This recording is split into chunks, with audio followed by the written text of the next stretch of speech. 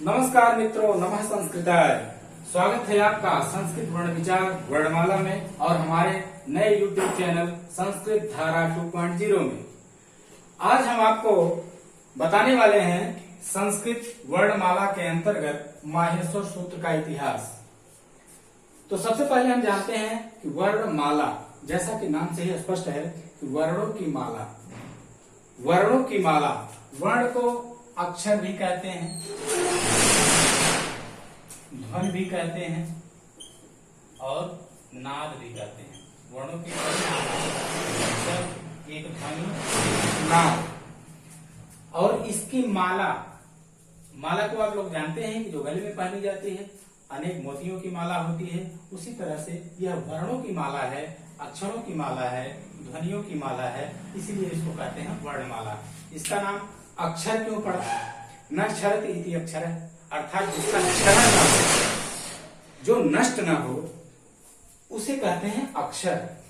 अ माने होता है नहीं, क्षर माने होता है नष्ट होना, अर्थात जो नष्ट ना हो वही है अक्षर। यह भाषा की सबसे छोटी इकाई है। प्रश्न में कभी कभी आता है कि भाषा की सबसे छोटी इकाई क्या है? तो भाषा की सबसे छोटी इकाई वर्ण है या अक्षर है, ध्वनि है या नाद है। तो जैसे माला में कई तरह की मोतियां उसमें लगाई जाती हैं, उसी तरह से इस वर्णमाला में अक्षरों में कई तरह के, मतलब 2 तरह के अक्षर बताए गए हैं। अक्षर कितने हैं? 2 तरह के, एक है स्वर और एक है व्यंजन। फिलहाल इसको यहीं छोड़ते हैं। सबसे पहले आइए माहेश्वर सूत्रों का परिचय। तो जैसा कि हम जानते हैं कि हमारे संस्कृत का व्याकरण, हमारी संस्कृत वांग्मय, पूरी की पूरी वांग्मय इसी 14 सूत्रों पर आधारित है। आप किसी भी भाषा का जब वर्ण विचार पढ़ेंगे, उसकी वर्णमाला पढ़ेंगे, तो उसकी शुरुआत वर्णमाला से होती है। लेकिन जब संस्कृत भाषा का वर्ण विचार आप पढ़ेंगे तो इसकी शुरुआत माहेश्वर सूत्रों से होती है। और इन माहेश्वर सूत्रों की संख्या 14 है। कहाँ से आए ये माहेश्वर सूत्र, क्या है इनका इतिहास, किसने लिखा इसको, किसने इसको रचित किया, इसके बारे में हम विस्तार से जानेंगे यहाँ। तो जैसा कि आप जानते हैं कि हमारी संस्कृत वांग्मय जो है, इसको देववाणी कहा गया है और इसका व्याकरण, इसके रचयिता, व्याकरण के रचयिता महर्षि पाणिनि हैं। और इनका इतिहास इस तरह से है कि महर्षि पाणिनि अपने बचपन में बड़े ही मंद बुद्धि के बालक थे। जब ये गुरुकुल में पढ़ने गए तो इनको कुछ ज्ञान नहीं हुआ, इनके हाथ में विद्या रेखा नहीं थी और अंततः ये गुरुकुल को छोड़ करके घर वापस आ गए। तो किसी ने इनको राय दिया कि आप विद्या के अधिष्ठाता, विद्या के देवता भगवान शिव जी की उपासना करें। तो घर द्वार छोड़ करके ये हिमाचल प्रदेश के पर्वतों पर चले गए और वहां पर बड़ी घनघोर तपस्या की। और इनकी तपस्या से खुश होकर के भगवान शंकर जी प्रसन्न हुए, अवतरित हुए और खुश होकर के अपने डमरू को बजाने लगे, तांडव नृत्य किए। तो आप लोग जानते हैं कि जब कोई भी व्यक्ति बड़ा प्रसन्न होता है तो गाजे बाजे के साथ नाचता कूदता है। उसी तरह से भगवान शंकर भी, उनका वाद्य यंत्र डमरू है और डमरू को उन्होंने बजाया। तो उस डमरू को 14 बार इन्होंने बजाया और 14 बार में जो भी डमरू की आवाज आई, उस डमरू की आवाज को महर्षि पाणिनि ने आत्मसात किया, अपने अंदर आत्मसात किया और उसको सूत्रों में निबद्ध कर दिया। ये है 14 माहेश्वर सूत्रों का इतिहास। इन्हीं माहेश्वर सूत्रों पर हमारी संस्कृत वांग्मय का व्याकरण टिका हुआ है। इन माहेश्वर सूत्रों के अंतर्गत कुछ चीजें जो आपको जानना बेहद जरूरी है। इसके बाद हम स्वर और व्यंजन पर आएंगे। तो सबसे पहले जानते हैं माहेश्वर सूत्रों का परिचय। देखिए, 14 आवाजें जो उनको सुनाई दी, 14 बार जो डमरू बजा, उसकी जो आवाज सुनाई दी, इसको उन्होंने सूत्रों में निबद्ध किया। जैसे अ ई उण, जब पहली बार डमरू बजा तो उनको सुनाई दिया अ ई उण। ऋलिक, ए ओंग, अयौच, हयवरट, लण, यम गणनम, झभय, घढ़धश, जब गढ़दश, खफ छठथ चटतव, कपय, शशर, हल। ये 14 सूत्र, इन 14 सूत्रों को कहा गया, इनके कई नाम हैं। पहला है माहेश्वर सूत्र, इसका पहला नाम है माहेश्वर सूत्र या शिव सूत्र। चूंकि इन सूत्रों की उत्पत्ति भगवान शंकर के, भगवान शिव के डमरू से हुई है, इसलिए इसका नाम माहेश्वर सूत्र पड़ा। दूसरा नाम है इसका पाणिनीय सूत्र।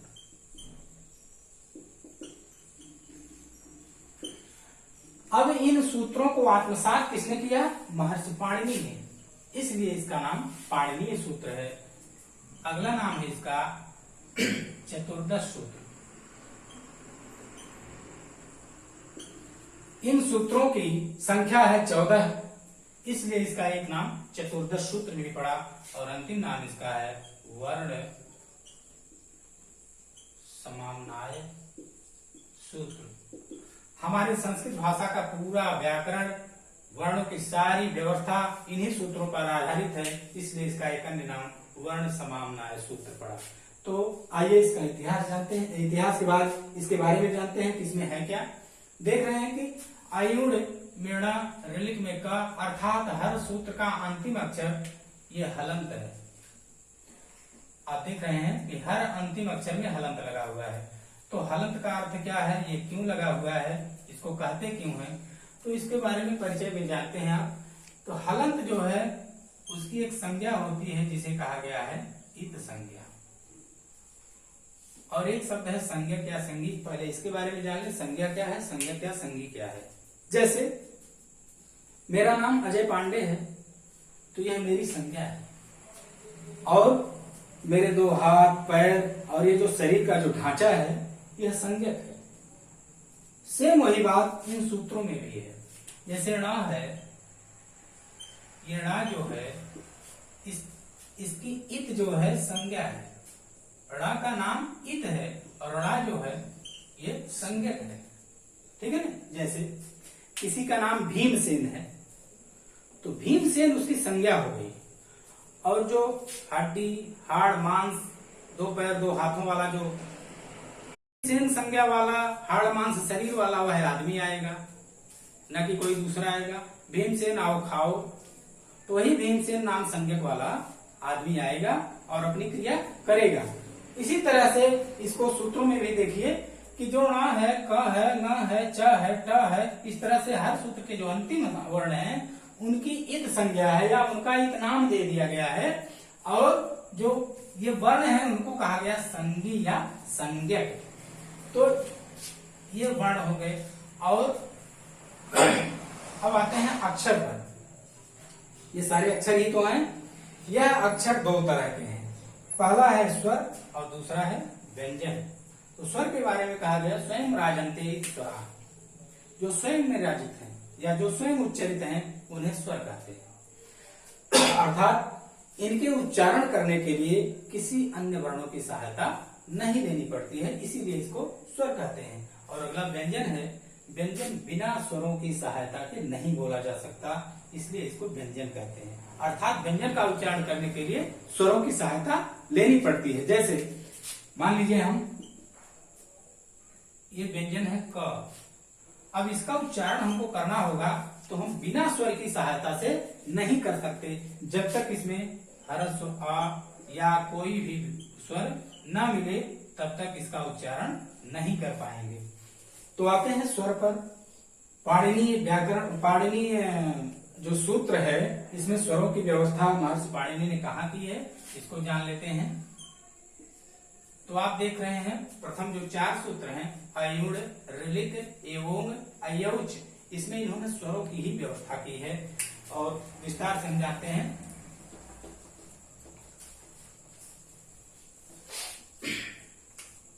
अयुड़, अयुड़ के आ से लेकर के अयौच के च तक एक प्रत्याहार बनता है। वो प्रत्याहार प्रकरण में हम विस्तार से बताएंगे। पहले यहाँ थोड़े में जान लीजिए कि अयुड़ के आ से लेकर के अयौच के च तक एक प्रत्याहार आता है। इसके अंतर्गत जितने भी वर्ण आते हैं इसको हम स्वर कहते हैं। देखते हैं कितने वर्ण आते हैं। तो वर्णों की व्यवस्था के लिए हम देखते हैं कि यहाँ जो अयुड़ में ण है, ऋलिक में क है, एयोंग में न है, अयौच में च है, तो जो अंतिम वर्ण है इत संज्ञक हमने पहले ही बता दिया। तो इन इत संज्ञक वर्णों की गणना उच्चारण गणना करते समय, स्वरों की गणना करते समय या अन्य वर्णों की गणना करते समय इनकी गणना नहीं की जाती है। तो इस तरह से ण, क, ङ, च, ट और यहाँ देखिए लौ में जो अ है लण मध्य इत संज्ञक कहा गया है कि लौ में जो अ है ये भी इत संज्ञक ही है, इसका एक प्रयोजन है, इसको बताएंगे हम। तो अ और ण म य श व य र और ल, इस तरह से 15 हो गए। 14 तो सूत्रों में हो गई। एक जो आपको नहीं दिख रहा है यह भी संज्ञक वर्ण ही माना जाता है, एक र प्रत्याहार बनता है उसके लिए है। तो 15 इत संज्ञक वर्ण है। इन इत संज्ञक वर्णों की गणना करते समय नहीं गिना जाता है। तो आइए देखते हैं स्वर कितने हैं। तो हमको मिला यहाँ अ ई उ और यहाँ से री, अड़ा गिनना नहीं, री और री, री री। फिर आते हैं ए ओ ऐ और औ। आप देख रहे हैं दो तरह के स्वर आपको मिलेंगे, एक अ ई उ री री, ए ओ ऐ औ। ये जो पहला इस तरह का है आ ई उ री री, इसको कहते हैं मूल स्वर। क्या कहते हैं? मूल स्वर। और ए ओ ऐ औ मतलब एओं के ए से लेके अयोज के चा तक, इसको कहते हैं मिश्रित स्वर। ये हुआ मूल स्वर, मूल स्वरों की संख्या 5 और ये है मिश्रित स्वरों की संख्या 4 है। इसको मिश्रित स्वर क्यों कहते हैं कि आप देख रहे हैं कि ए की रचना कैसे हुई है, आ और ई के मिलने से ए बना है। इसको गुण भी कहते हैं, संधि में पढ़ाया जाएगा। आ और ई के मिलने से ए बना, इसलिए इसको मिश्रित स्वर कहते हैं। अर्थात यह दो स्वरों के मिलने से बनता है, आ और उ के मिलने से उ बना हुआ है। आ और ए, आ और ए के मिलने से बना हुआ है ऐ, और आ और ओ के मिलने से बना हुआ है औ। अर्थात दो स्वरों के मेल से जो वर्ण बनते हैं, जो स्वर बनते हैं, इनको हम मिश्रित स्वर कहते हैं। तो दो तरह के स्वर हुए, एक मूल स्वर हुआ, एक मिश्रित स्वर। मूल स्वरों की संख्या 5 आ ई उ री री और मिश्रित स्वरों की संख्या 4 ए ओ ऐ औ। एक तरह का विभाजन स्वरों का इस तरह से हुआ है। पहला है ह्रस्व, दूसरा है दीर्घ और तीसरा है प्लुत। इसकी अलग अलग मात्राएं होती हैं। ह्रस्व की 1 मात्रा, दीर्घ की 2 मात्रा और प्लुत की 3 मात्रा होती है। ह्रस्व स्वर कौन है? अ ई उ री री, ये 5 ह्रस्व स्वर हैं। अ ई उ री और ली, ये 5 ही ह्रस्व स्वर है। इनके अलावा अन्य कोई ह्रस्व स्वर नहीं होता है। और इसी का दीर्घ पाणिनि ने अपने सूत्रों में आ जो बताया है, इसका अर्थ यह हुआ कि आ ह्रस्व, आ दीर्घ और आ प्लुत तीनों तरह के हैं। इसी सूत्रों में इसकी गणना की गई, वो दिखता नहीं, अलग बात है।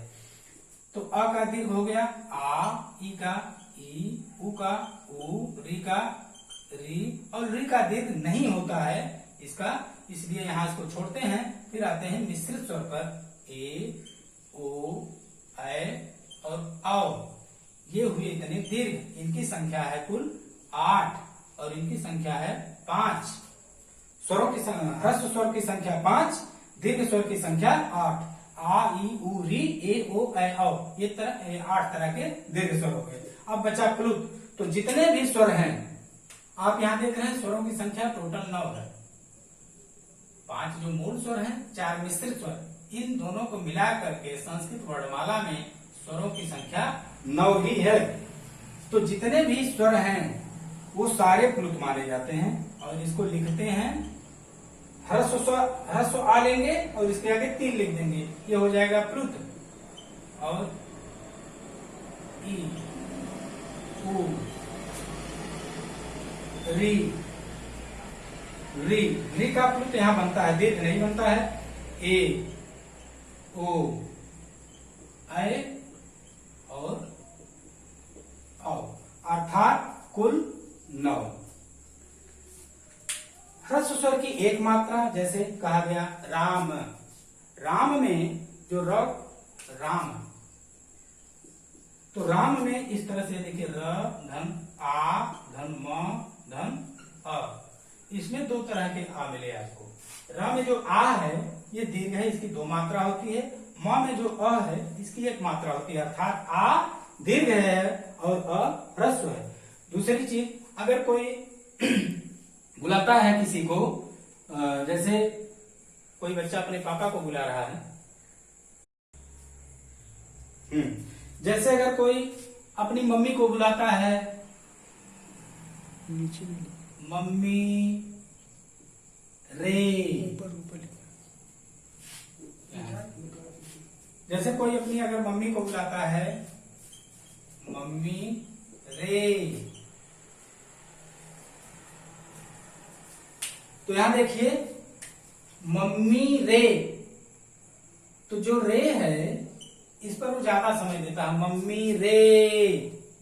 तो कहने का मतलब रे में जो ए है ये प्लुत है, इसकी मात्रा 2 से ज्यादा हो रही है, तो 3 मात्रा वाला है, इसलिए रे शब्द जो है यहाँ प्लुत है। तो इस तरह से हमने जाना कि स्वर के 3 भेद, एक ह्रस्व स्वर है, दीर्घ स्वर है और प्लुत स्वर है। कहा गया है कि एक मात्रो भवेद ह्रस्वो दीर्घ मात्रम दीर्घ मुच्यते, द्विमात्रम दीर्घ मुच्यते, त्रिमात्रस्तु प्लुतो गेयो व्यंजनम चार्ध मात्रकम। एक मात्रा वाला ह्रस्व होता है, द्विमात्रा वाला दीर्घ होता है और 3 मात्रा वाला प्लुत होता है, और जो व्यंजन होते हैं वो अर्धमात्रिक होते हैं।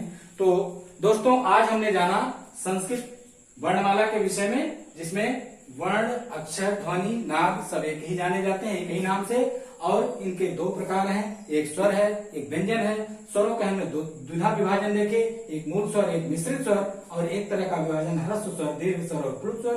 ह्रस्व स्वर की 1 मात्रा, दीर्घ की 2 मात्रा, प्लुत की 3 मात्रा। हमने जाना संस्कृत के जो पाणिनीय सूत्र है इसका इतिहास जाना। तो आज वीडियो का पहला भाग, जिसमें हमने आपको स्वर का ज्ञान कराया, अगले भाग में आपको व्यंजन का ज्ञान कराएंगे। तब तक के लिए नमः संस्कृताय। और अगर हमारा चैनल आपको अच्छा लगे तो आप इसको सब्सक्राइब करें, चैनल को लाइक करें और शेयर करें। धन्यवाद, नमस्कार।